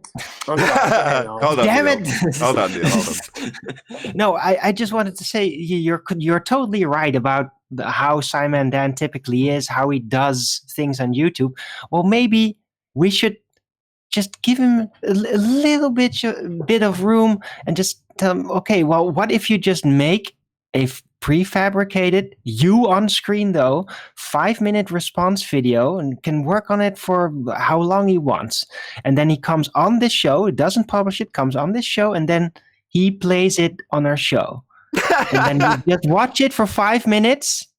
And that's it. No, but that is technically a prepared response because it's a specific response to a specific question. Like, what did you mean then, Dan? What he's saying is allow him to, under nice controlled conditions where it's all calm, rather than having me rip his head off. Nah, if he comes here, this guy spends all his YouTube career is consistent of is saying that globe deniers or flat earthers are idiots. I mean, he goes on to other vaguely, loosely related topics, but on the whole, all he does is say we're stupid. So you think that if he comes here to defend his abject stupidity and debunking of his own claim that his own side makes, I should cut him a break? Nah, I'm going to laugh my ass off at him. No, but it's just the 5 minutes. Only those 5 minutes. It's a golden opportunity because he could dig his hole even deeper. Oh, I potentially. see. He can do that. He's already done that. Stop him from making a video. He can make a Don't video. underestimate Yeah, how hold deep on. the hole can go. He's already dug the hole. Yeah, Reference yeah, frames have been deeper. ruined. Arwen, do we have reference frames? No, we don't have any. Oh, okay. So So whose is reference everyone frames here got what he- ruined? See, this hear was what he this was- meant. You see, this is the argument we had the other day with 10th Man. If they did, they did. They can't go any deeper than 8 miles, Arwen. Well said. Listen, he makes a video. I would love to hear it because guaranteed they will mess themselves up even more. Right. Well, that's my point. But That's what I isn't think. he will happen. Mr. Video Maker? Hasn't he made a response to this yet? No, it gets better though, Chocolate. He's being told by his fans to just ignore this. Just ignore Nathan. Just ignore him. That's what he's actually being told to do. But let's just face it. I would almost bet by his greasy lawyer is probably is telling him to ignore this, and I'll come in and represent you and tell everybody on that panel, because they're all crazy, that you're misrepresenting my client by arguing conservation of momentum when they think you're arguing drift. Meanwhile, you tell them that your reference frames are ruined. Do you want to clear that up for us, Dan? Because we're having a big problem with that, buddy. Or No problem actually, for me. you're having a big problem with that. Yeah. Because we don't have reference frames. Yeah, exactly. Wow. Exactly. Well said. Yeah, we're not having a problem with this. I'm very, very pleased about this, in fact. And like you say, they've got to advise their client to say as little as possible. Don't say anything else. Well, the Mr. Crisco lawyer, the greasy lawyer, needs to have a one-on-one and say, it's really difficult to defend our reified model. So the less you say, the better. Mr. Crisco. Anyway, did we cover all the housekeeping questions? Did we cover any evidence, any single viable hypothesis from any of the fields of astronomy, cosmology, or astrophysics? Now you did. No. Nope. I did notice something, that when they say we don't understand and when they laugh, that nervous laugh, we got them cornered. Yeah, that's the best we've had. You don't understand my tweet, but you've got the numbers wrong on my stats. So here's an absolutely accurate representation of my statistics and YouTube subscribers. But you don't understand my tweet. The argument that we're actually having, that's not going to get a detailed numbered response. But his subscribers, now that's critically important that he gets that across in detail. Because who could ever forgive someone saying 3 years when it's actually 5, or 5 years when it's actually 3, and mistakenly given the wrong number of subscribers he's got? That stuff's important. The tweet, on the other hand, you don't understand that. You just don't understand. because that's a really Didn't good Fight the rebuttal. Tight Shirt do that too? Bring up his subscribers when we had him pinned? Yeah, one of his replies. I just had it up for you didn't see it because you were in the panel. I didn't share it, but for the audience's benefit, yeah, I put up his tweet. His tweet correcting somebody about the number of subscribers he's got, the number of years he's been doing this, and telling us you didn't understand the tweet. It's like, so detailed explanation for the inconsistency from the commenter on your subscribe account, a correction in terms of the number of years that you've been doing this, but a simple declaration that we don't understand, and no explanation of what we don't understand, how we don't understand it, how we should be understanding it, what you're claiming, given that we don't claim reference frames at all. But you do. So what, we don't understand? Yeah, we don't understand why you've debunked your own claim, you clown. I think sometimes that when they say you don't understand, they're actually projecting and they're just saying, I kind of don't know how to respond to this anymore. So I'm just going to That's project that on you. literally what they're saying. That's They I'm wondering, can they any don't of Simon Dan's subscribers, aka clowns that are in the chat, can y'all come in here and clear this up real quick and tell us whose reference frames got ruined? Because apparently we have reference frames that got ruined, but we don't. So your hero, Dan, he just fucked himself. How did we get stuck Hey, with language. reference frames? That's what I don't like. Simon Dan believes in ruined reference frames. Yeah, guys. he believes in the ruined reference frames. Poor I can guy. explain this for Simon and Dan. Oh, go ahead, John, be my guest. Well, see, Nathan gives such an accurate description of the Coriolis effect that sometimes the opposing side gets confused about what their position is supposed to be. So he thought by disproving what Nathan said, it was actually helping his side. I see. That makes sense. Yeah. Yeah, I think that's perfectly accurate. So I'm saying, okay, you claim Earth turns underneath the plane with Coriolis effect. So we're turning underneath stuff and looking at it seem to drift because we're turning underneath it. And if we're turning underneath a plane, it would shorten flight times. So therefore, we're not turning underneath stuff. And he's heard that and gone, he claims that we're not turning underneath stuff when we should. So I'll debunk that. It's like, hello? The idea that we're turning underneath stuff is your claim! You utter moron, Simon Dan. How stupid can you be? Yeah, it's pretty stupid. Yep. Yeah, It's, unless it kinda they reminds want to me of, redefine how the Earth is supposedly spinning or not spinning and the consequences. But yeah, they'd have to make up their mind. Like, do footballs are they subject to Coriolis effects and bullets, or are they not? The heliocentrists haven't really made up their minds about this even. Yeah, they're the ones that hear us debunking the actual claim, though. So the claim is Earth spins underneath. That's what gives you Coriolis effect. You spinning underneath, observing things, that's Coriolis effect. Now, what they do, in reality, is irrelevant because it's you observing them seem to drift. Now, why are you having that effect? Well, it's because your claim to turn underneath them. So we just say, nah, we're not turning underneath planes, that's bollocks. And they go, well, we wouldn't expect to be turning underneath, even though that's our claim. And you're not making that claim, we make it. But we're now going to debunk it by showing you things that don't drift, even though we claim they do. We being globeheads. Globeheads claim drift. Globeheads claim 2 reference frame. Dan's claiming those reference frames are ruined. Dan's showing us no drift when there's supposed to be 15 degrees an hour of it to prove we spin. That proof comes from us spinning underneath. We don't. So they have to debunk their own claim and hope everyone gets confused in the process. Until So Dan comes along with a nice, useful, handy quote. You and your reference frames have been ruined. Well, there's only one person claiming reference frames, and that's you, fundies, with a globe belief. Thanks, Dan. No drift.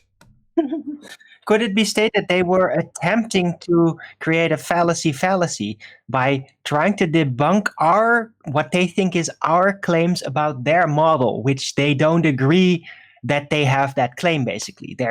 Because they deny natural consequences and logic. So were they attempting a fallacy? Like, no, you constantly say this about our model. That's not true. Yeah, Not that's realizing exactly what that they it do. is actually true. That's exactly what they do, Arwin. The rhetoric's set in stone. if I say Coriolis effect, most people instinctively think that's something to do with Earth only. No, it's just an effect you see when you spin underneath stuff. The effect of it not really doing stuff but seeming to do stuff because you spin underneath it, that's Coriolis effect. And they claim Earth has that effect, which is real. But what is involved to have that effect? Well, you on a spinning Earth turning underneath stuff, seeing it seem to drift. Well, that would include planes, because they're not attached. And that would shorten flight times if your claim to be spinning Earth is spinning under a plane. And that's the only way you achieve the effect. So you point that out. No, we're not turning underneath planes. And they come back with, we wouldn't expect to be turning under planes to show 15 degrees an hour drift. It's like, yeah, you would. That's exactly what you'd expect. It's what your priesthood claims. Neil deGrasse Tyson says Earth turns underneath a football. So you see it seem to drift? Well, that's you turning underneath it, seeing it seem to drift. Because you're turning underneath it. Well, that doesn't happen because it was shortened flight times, and round we go, with them saying, no, we wouldn't expect drift. But we've claimed drift. But we wouldn't expect it. But we believe in it. But we've debunked the reference frames we use to claim it, but we still believe in it. And hopefully in that convoluted nonsense, everyone listening is confused. Well, I don't mind. We'll boil this down indefinitely. But we've got this quote from Dan. Only person with reference frames is you, Glowbeds. And you and your reference frames have been ruined. So we can start from there. Thanks, Dan. It's like Barney Five shooting himself in The the only foot. one confused is you guys. We're not confused. We do this every day. We understand this argument, guys. Your reference frames have been ruined, Dan. And your greasy lawyer had to come in days in a row to try to save your ass. I think that's pretty fucking funny and Pathetic. pretty pathetic, to be honest. Pathetic. Absolutely pathetic. What a coward. Your best rebuttal is you don't understand, but you make sure we understand your subcount. That made clear, yeah, all right? Because that's really important. How many years you been doing that? Oh, we better get that clear. What's that? The tweet we've held you to task on for about 15 videos now? You don't understand? That's the best you've got? Oh, right. Well, yeah, we wouldn't understand how anybody could be so stupid as to debunk a claim only your side make on the globe. We don't make it. Enjoy the salt, Dan, says Retro Bull. Thank you very much indeed, Retro Bill. I'm just really curious. Like, Dan believes in these ruined reference frames, or in reference frames in general, if it's not our reference frames which he projects on us. So what does this belief exactly entail? Does he believe there is 2 reference frames or not? He believes there's infinite reference frames. Arwen, he's a glober. What? Infinite ruined reference frames, Neil? Yeah, infinite ruined reference frame. Well, that's handy. That's what they believe.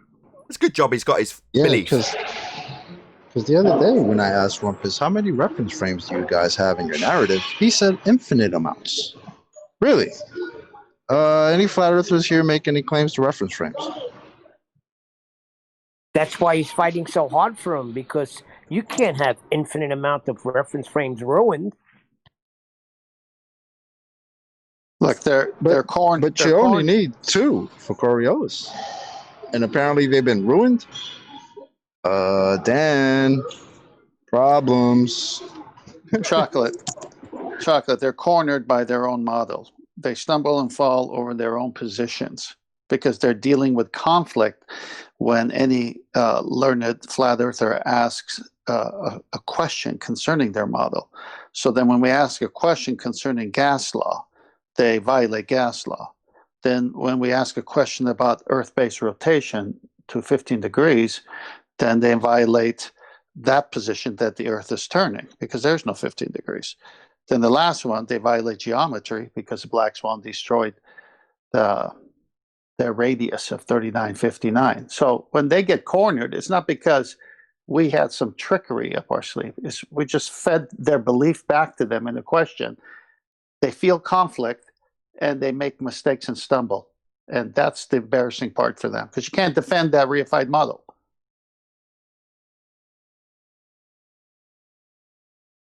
Right on. Logically. Let me go get my my tiny violin for them. Give me a sec. Oh, you're going to do string theory on us? Nope. Do a quick plug for you, 10th man. So, floating by, if you've if you're a member, you've watched this already on the members chat because this was discussed in the pre-show and actually got a full playthrough. But 10th Man's made a video about the vacuum. Now, the reason or the motivation to make this video was Dr. Danny Faulkner, who asserts that a gas pressure differential is actually a vacuum. So it's been systematically pulled apart by 10th Man. And he's got about 100 subscribers currently. Very good, but obviously he could do better. And I'm in no doubt that there's plenty of people in this live stream right now who are not subscribed to 10th Man Rising. So go and subscribe. I've just stuck a link. Obviously come back. I'm here. 10th Man is here. I'm not going anywhere. Yeah, very good video. You got a lot of praise in the pre-show for it, and I'll give you the same now, as I'm sure the people who go and watch it will appreciate. Yeah, one of the comments just soon after I posted it last night was, it's easy to understand. It's simple. I mean, that's to get the message across is more important than having a ton load of facts. Right, it was ram-packed full of facts, citations, right, facts, details. It was right. good. Right, but you can misuse facts. You can just be so bogged down by facts that the message gets lost. Whereas if you could kind of articulate it, I guess is the word, use those facts in your favor for communication skills, like sales, right? Right. I agree with 10th Man. It's very easy to understand.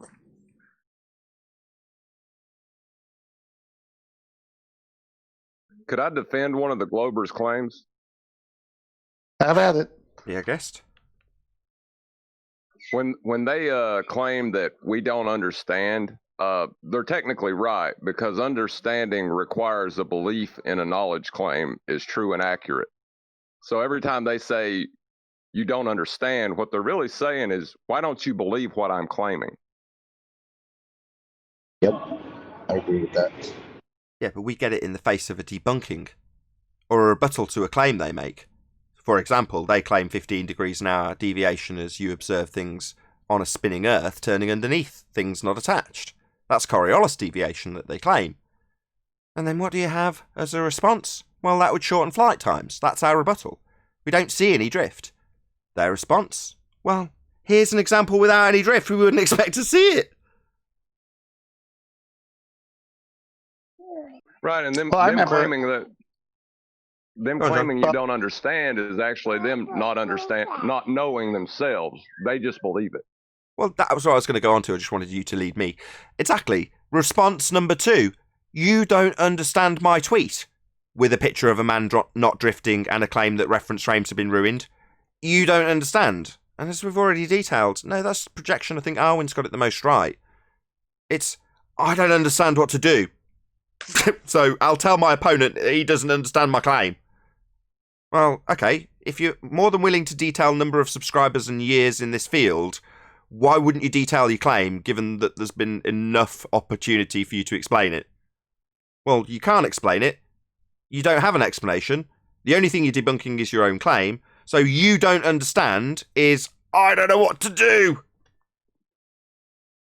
I remember on this subject when I was in school, and I didn't understand what the teacher was teaching. I would go to the teacher after class and say, I really had trouble following what you were teaching. Can I make an appointment after school to sit with you so you could tutor me? And that's what I did when I didn't understand. I would want to understand. These ballers react in a whole different way. Yeah, when I was a kid, I didn't understand the water bucket spinning over the head because the water was in the bucket and not on the outside of a ball. I really did not understand that. I don't ever remember getting that example as some supposed proof of gravity when I was a kid. I You didn't never got start that? hearing that. Not that I remember. I have a pretty good memory. I don't remember that. Like, I don't remember hearing that until I got into this argument. People started talking about swinging buckets of water.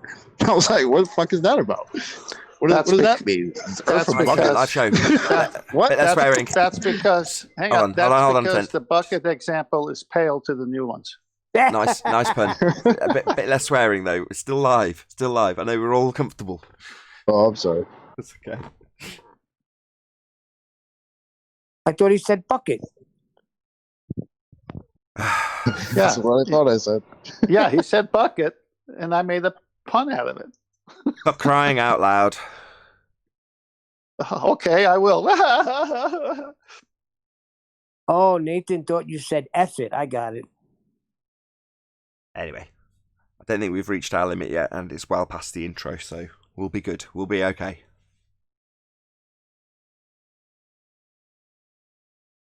Well, that Yes. slowed everything down. It started with me Well, no, plugging you, so don't blame that. My plug- pun about the pail was good. Now, come on. Clearly, my plug paled by comparison. Thank you. Nah, you got a handle on it. Oh, Okay, I'll put a lid on it. I won't say anymore. you and your buckets are ruined. Thank you, Neil. Not get too deep. There we go. Don't get me started. Okay. Right, guys in Discord, we've done with housekeeping. We're just chit-chatting. Anything you want to throw in before I round out the live show and ask people to stay tuned if they're watching on a Premiering stream? We haven't heard from Anybody Ed in a while, huh? Anybody in Discord got reference frames? Ruined. Anyone in Discord at all? Ruined ones, good ones. I mean, anyone at all? Yeah, can't come by them. It's like Reference frames, geometric horizons. All right, I got a plug. Can I plug? Yeah, go ahead. All right. We're starting to do like Bible studies in Discord. So if anybody's interested in that, you guys are all welcome. Cool. What's the name of the room? And what's that? What's the name of the room? Because the link will be in the info box. So It's just as a Bible text chat or Bible conversation for VC. So it's right below, like, I don't know, these channels over here. When? I want to say the Discord server, the name of it, shit like that. What It's time and this- when? It's the Discord server. right, I'll do The a one proper plug Nathan's if you using like. right now. Okay, so The link is below in the description of Nathan's videos. just in case you're watching this on an MP3 or a download, or you're not watching with an info box. So the Discord server is called Flat Earth Science versus Pseudoscience. And the discussion chat room, once you've clicked the link, if you have got an info box that you could have joined this live show to discuss the nature of Earth, you could also click that link if you're watching under a live show to join that discussion. So feel free to click that link and join the Bible discussion chat room. With that, I'm going to say if you are watching this on either Nathan Oakley 1980 or Nathan Oakley Premiering streams, then stay tuned as there will be an after show to follow. Unfortunately, if you are watching this live, this is where we bid you farewell. A huge, massive, enormous thank you to all of you smashed the super chat, liked, commented, shared, subscribed, and all that good stuff. Be sure to check out nathanoakley.com and the Flat Earth Debate Forum to keep up to date with the community debate. Another massive thank you to today's Discord and G Plus panels for making today's live show possible. Stay tuned if you're watching on a Premiering stream. I've been Nathan Oakley, and I'll see you all in the next video.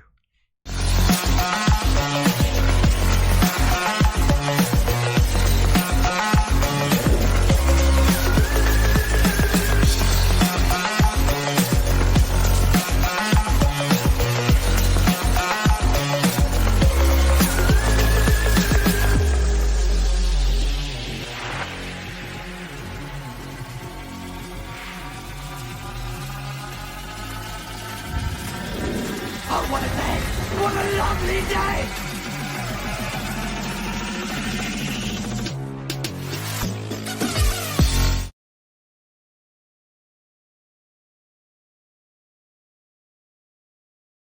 Anyway, So, is Discord even full? It's not 23 flooded. people. 23 people? and Yeah. nobody has nothing to say, huh? Well, I Yeah, do. there's I'm loads. on server mute in the main. It's not flat. Oh, do I What's hear not flat? rumpus? Who's talking now? Beavis.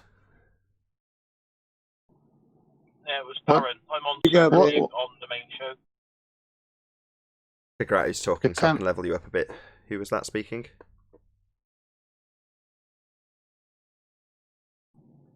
It was Darren. I was just saying I'm on server mute in the main channel. Oh, my bad. I did take you off. You must have dropped and rejoined.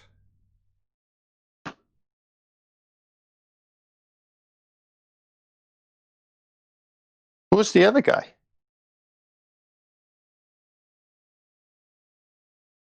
What, Ed? Was Ed? Was that Ed? I can tell. He's just something about the Earth is not a plane, it's not flat, something like that. Yeah, didn't his fundy declaration give him away?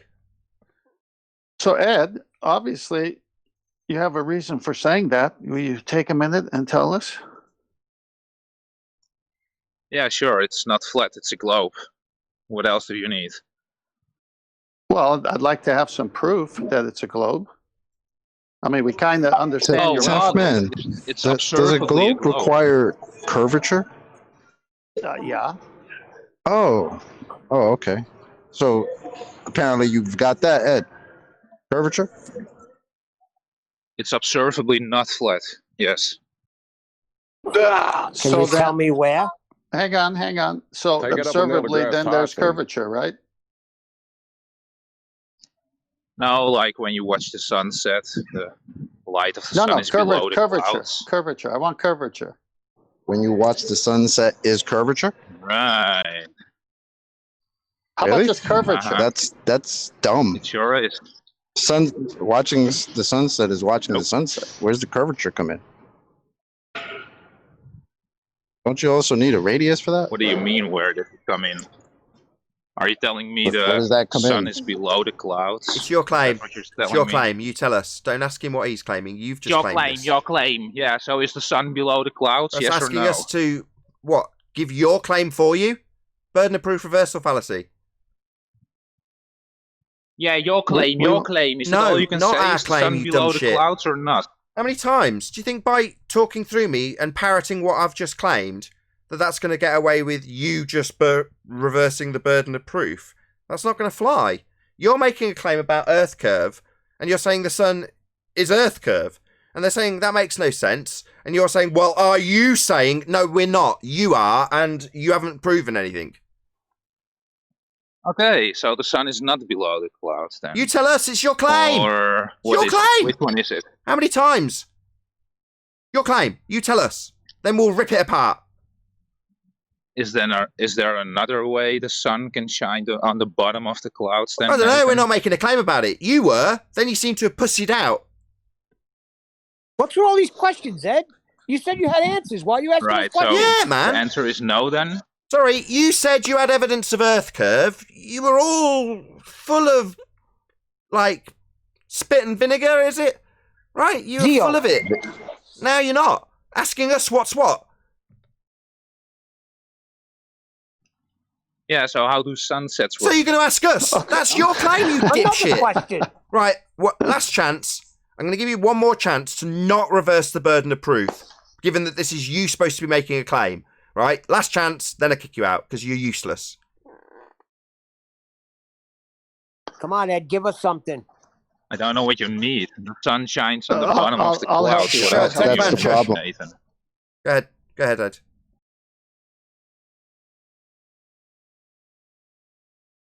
Ed. Yeah, I just said it. The sun shines on the bottom of the clouds. What else do you need? Ed, I'm talking. Thank you. We asked about curvature, and that's what your topic was. You did not bring up the sun. You brought up curvature. So we'll get to your sun question after you address the curvature question. Yeah, I just did. Actually. No, you didn't. No, you didn't. Sorry. You didn't demonstrate. Sun shining on clouds? You think that proves Earth curve? You're an idiot. On the bottom of the clouds, yes. So? On the bottom. And? Be specific, Nathan. And then what? And then what? And what else do you need? A claim. We're waiting for you. Yeah, This is waiting for your you claim. to make a claim, you dumb fuck. Explain it to us, Ed. All I got is at the bottom of the clouds. What do you mean? Yeah, what we mean is, you make a claim, this is how it works, then we rip it to pieces and all laugh at you. But it seems we've reached the point in the argument where you cowards are so scared that you won't even make a declaration. You make half a claim that proves absolutely nothing and then ask us what it proves. That's the point we've reached. Didn't I say that days ago, weeks ago, that these guys are running from their claims now? Yep. Listen to them. Yeah, you Nathan hit think it that right. That's what's happening. these professors on Discord would be able to imagine such a thing and be able to place it together, but Hey, you got a claim even yet, or after what? 5 years, you still You can't still do hanging that. out, or you're going to talk shit? You got a claim about what the sun happens to do and to prove curvature? Lights on clouds and shit? How does that relate to curvature? Oh, yeah. What's that about? Well, it doesn't work Uh-oh. on a flat plane now, does it? No, we're not asking how it doesn't work. Are you dumb? So another ham-handed segue. I said if you tried to reverse the burden of proof again, I'd kick you out. We're not making a claim about how it works on a flat plane. You are claiming this proves curvature. And yet again, you've reversed the burden of proof. No, I didn't. I just pointed out it doesn't work on a flat plane. I'm We not asking. didn't claim it did! That's another burden of proof reversal. We're not making a claim here, Ed. You're failing to make a claim and telling us how it doesn't work. No, that's not a positive assertion that proves Earth curve. It is a burden of proof reversal fallacy, so you're challenging us to demonstrate how your claim works on a model we don't assert. A burden of proof reversal fallacy. You're just too dumb to understand a burden of proof reversal fallacy when it's spelled out to you with your own example. We're not making a claim about how it should or shouldn't work. You're yet to make a claim, and 3 times you've reversed that burden of proof and declared how flat planes should work, how we would describe it to work. No, mate. Yet to make a claim. Failure.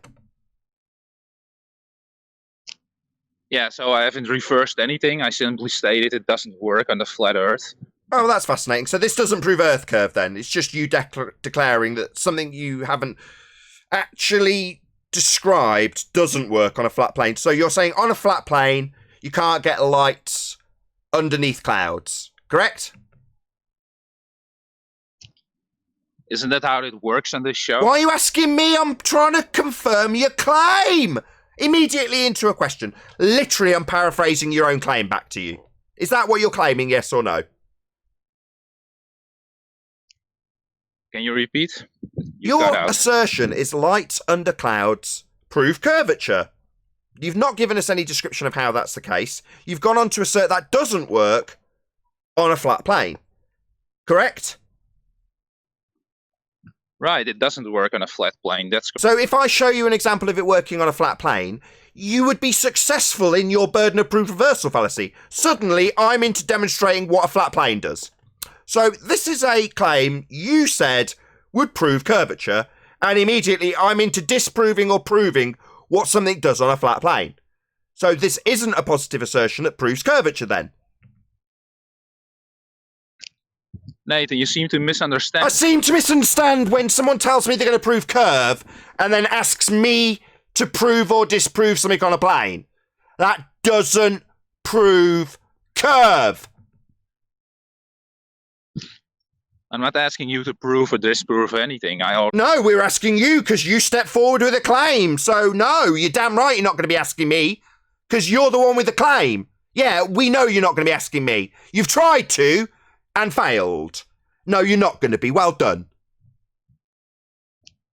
No, I haven't asked you anything. I already know it doesn't work on the I hear that quiver in that voice. You hear that? That's fear. Did you hear it? Yep, I heard it.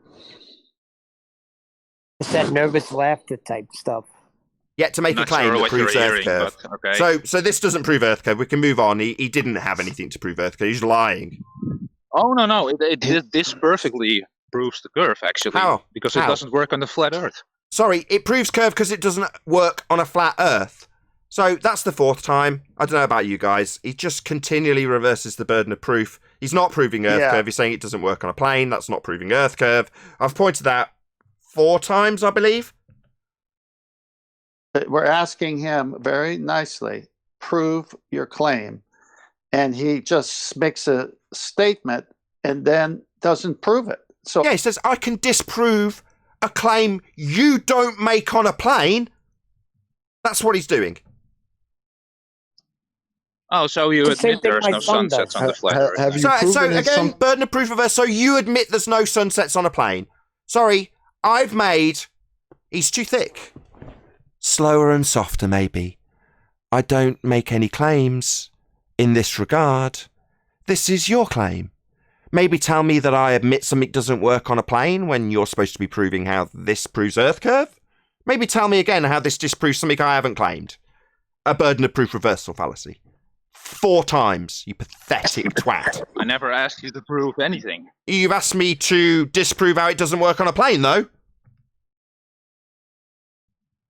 No, that's fine. You don't have to. That's fine, is it? The thing I'm pummeling you with your nervous little voice that's going through me telling you that you are not proving curve for the 5th time. What do you mean? I just did. Are you deaf? No, you said it didn't work on a plane. It's not proving curve. That's the... Exactly, Nathan. So you're useless. You said you could prove curve, and you're saying it doesn't work on a plane. Nothing. So now you can get lost. He's got nothing. Got nothing. Literally nothing. Why did I even ask where Ed was? Your fault. Go on, whoever that was. Didn't you say that to... John, go on. Go, John, go. Or maybe not. Whoever summed up that they're in fear of actually even making a claim now, that was exemplified by Mr. Sensible yesterday in my re-release of the Simon Dan obliteration on Thursday of last week. Well, in that chat, he wouldn't even make claims. Because I would point out before he'd made them that he'd have to beg the question to make the claim. And then, so he'd make a declaration about the ISS and then wouldn't attach it to any claim because I pointed out that the only way he's going to make an assertion in that regard was to beg the question. So then he's into talking to everyone else, ignoring every time I pointed out. Total coward. And then he says, you won't be addressing my images that I put up. I'm going to do an observation. And once I send it up, you won't be addressing it. And I'm like, will you be assuming the horizon's a physical sphere edge in your observation? Suddenly he didn't want to respond to a single word I said. Because I've already preempted his begging the question fallacy. So at that point, they won't even make the claim. It's like, what's your observation going to prove? Well, it's just an observation. I'm just going to have a look. That's what he said. Just going to have a look. It's like, so you're proving nothing then? Because they're too scared to make a claim now. Yep. Well, he came in all confident saying that sunlight under the clouds proved Earth curvature, and we said, go on, explain how. And he wouldn't. I got a question about that because there's Yeah, a lot of lights times on my what street. Go on, John. There's lights on my street, and at the very end, the one at the very end is lower than the one closer to my house, from my perspective. So is it possible that that light could seem to shine on something that's the same level as it? Because I don't know. Yes. Yes, and there's an example. I just can't remember who did it. It's somebody who comes on the panel. Chris Berry. No, it wasn't. Chris Berry. Was it Chris? Yes, I think it was Chris. Yes. Chris Berry, yes. Any chance you could get the link for it? Yep. Give me a second. I'll play it. Yes, there's an example where he does it in his garage. Yes, you're absolutely correct with your description, John. It's just an effective perspective to summarise while that link's being dug out. But that's what you've asked, and hopefully that's... Yeah. Yes, John.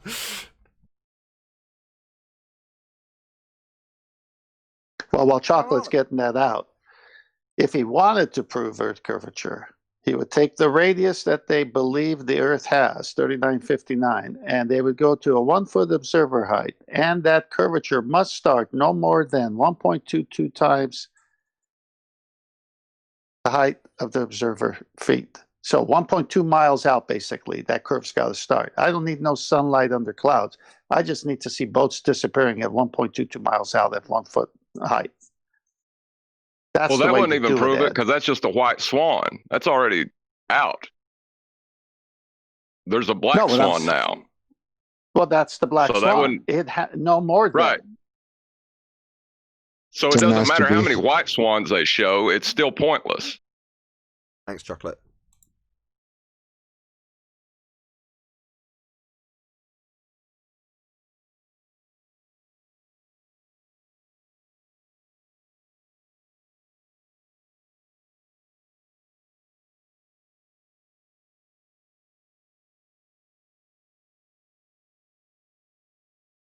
What am I looking at here? You're not for the audience only, but you'll. We can kind of discuss it. So you're saying shadows underneath quote clouds part 3 is the video. Set up light source above in quotes clouds, cardboard cut out on the ground, light reflecting off to. Couldn't read it quick enough. There you go. Here's his mock-up. Perfect.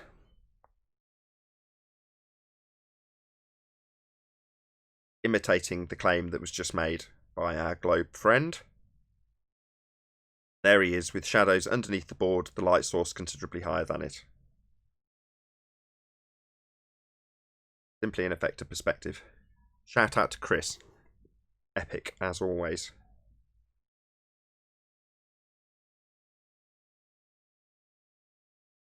Grab that link. Okay, that's it. I just showed the demonstration that debunks the claim that would have been made if the guy who was presenting it wasn't a coward. But we never got to that. Well, it's a direct question. Show us curvature. He said he can, and he never did. No, but what he did say was say that isn't possible on a flat surface. You've just had a demo of it. So even his claim that failed to assert in the positive that we have Earth curvature proven by this, he chose to debunk an assertion that we didn't make. Reverse the burden of proof. Well, how would it work on a flat plane? Is it possible? Show me it. Well, when I said, well, if we demonstrate this now, all I've done is bought into your burden of proof reversal fallacy. Suddenly we're discussing it on a flat plane when it's supposed to be proving curvature. So what? Suddenly it's into false dichotomy when I can't do it. So if I didn't have up my sleeve a Chris Barry demonstration, he'd say, well, because you can't demonstrate it on a flat surface, my false dichotomy kicks in, therefore a sphere. That's what he wants to do. It's absolutely pathetic. Yeah, that was a tell right from the beginning. The problem is that he's begging the question that he lives on a sphere, and so lights under clouds obviously could only happen on the sphere. And then when we say, does your sphere have a radius? Yeah. Well, where does Earth curve start at different elevations? Heights. He's locked. He can't hide from geometry. It has to be at 1.22 miles, 1 foot high. Has to. Not. No Earth curve. I find it kind of funny when their response is, oh, well, how does this work on a flat Earth? Oh, flat Earth. So no curvature then. So we're going to talk about how stuff is working on the Earth that's flat that you don't believe in. Because asking me that question isn't proving that it's a ball. You're just asking me how things work on a flat plane. Well, if you're not proving that it's a ball, it's just a flat plane. And with that, I'm going to say a huge, massive, enormous thank you again to both Discord and G Plus panels for making today's after show possible. Of course, a massive thank you to all of you in either Nathan Oakley 1980 or Nathan Oakley premiering streams for hopefully smashing the super chat, liking, commenting, sharing, subscribing, and all that good stuff. Be sure to check out nathanoakley.com and the Flat Earth Debate Forum to keep up to date with the community debate. I've been Nathan Oakley, and I will see you all in the next video.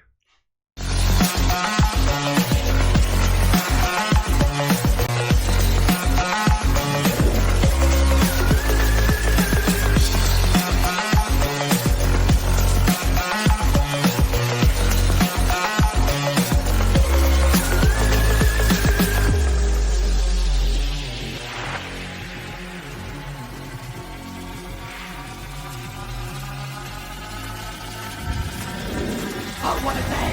What a lovely day!